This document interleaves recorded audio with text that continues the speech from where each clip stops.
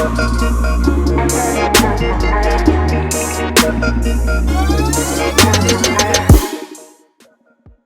and welcome to BizHeadlines on GhanaWeb TV. My name is Stella Sugli. To our very first story, oil marketing companies have begun increasing the prices of petroleum products at the pumps from Monday, July 17, 2023.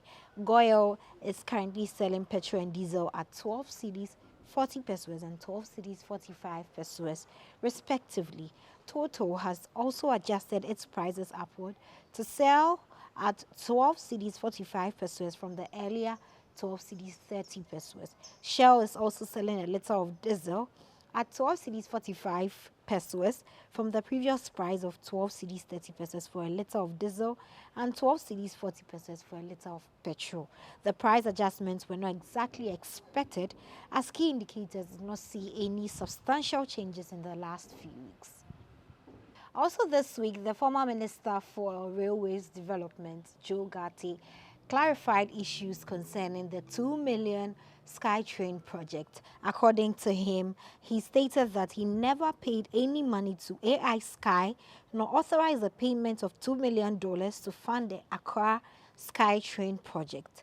Clarifying the issues in an interview on City FM and monitored by GhanaWeb Business, Joe Gatti stated that he had made it clear from the beginning to the promoters of the Accra Sky Train project that his ministry did not have the budget for the proposed project. He, however, stated that he welcomed the project as a build, operate, and transfer project. According to Gatti, who is also the Member of Parliament for Isikado Ketan, the Ministry of Railways Development signed a Memorandum of Understanding in February 2018 and signed another agreement with the promoters in November 2018. He added that in 2019, the ministry signed a concession agreement with the promoters, which included several conditions precedent. In more news, the Ghana Statistical Service has pegged the producer price inflation for June at 29.9%. The producer price index measures the average change over time in the prices received by domestic producers to produce their goods and services.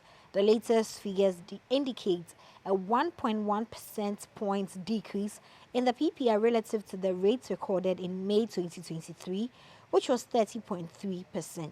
Government statistician Professor Kobne Nim, speaking with journalists in Accra on July 19, explained that the month-on-month change in the PPI between May and June 2023 was 0.6%. Among key sectors of the economy, the PPI for construction decreased to 31.3% in June 2023 from 32.5% in May 2023, while the rates for the services sector decreased from 18.1% in May to 17.6% in June 2023. Importation of rice and chicken is to be slashed by 40% in the mid-year budget review to be presented by the Finance Minister in Parliament. The Minister is expected on July 25 to present the details of the mid-year budget to Parliament. Now, this will be captured among other new taxes and levies expected to be introduced. However, various trade unions have asked the government not to dare to introduce new taxes as citizens are already bearing the brunt of existing ones. During the presentation of the 2023 budget statement and economic policy to Parliament, the minister said the government will target some specific products for import substitution through support to the private sector. According to him, this will make up about 45% of the value of the country's annual import, resulting in pressure on the cedi. The business arm of Facebook's parent company, Meta Business, will from August 1, 2023 impose a total of 21% in added taxes on personal and business advertisements made on the platform. An email from Meta Business said the charge is based on an order given by the government of Ghana on the implementation of a new value-added tax for goods and services.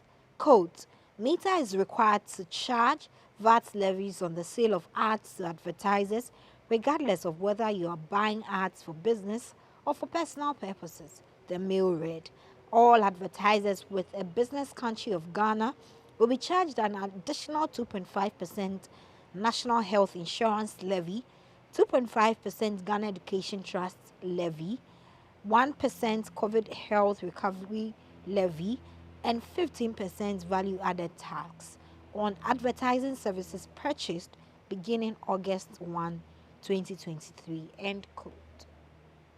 The World Bank says some 850,000 Ghanaians were pushed into poverty in 2022 because of the rising prices of goods and services. The bank said this in its latest Ghana Economic Update report titled Price Surge, Unraveling Inflation's Toll on Poverty and Food Security, launched in Accra on Wednesday.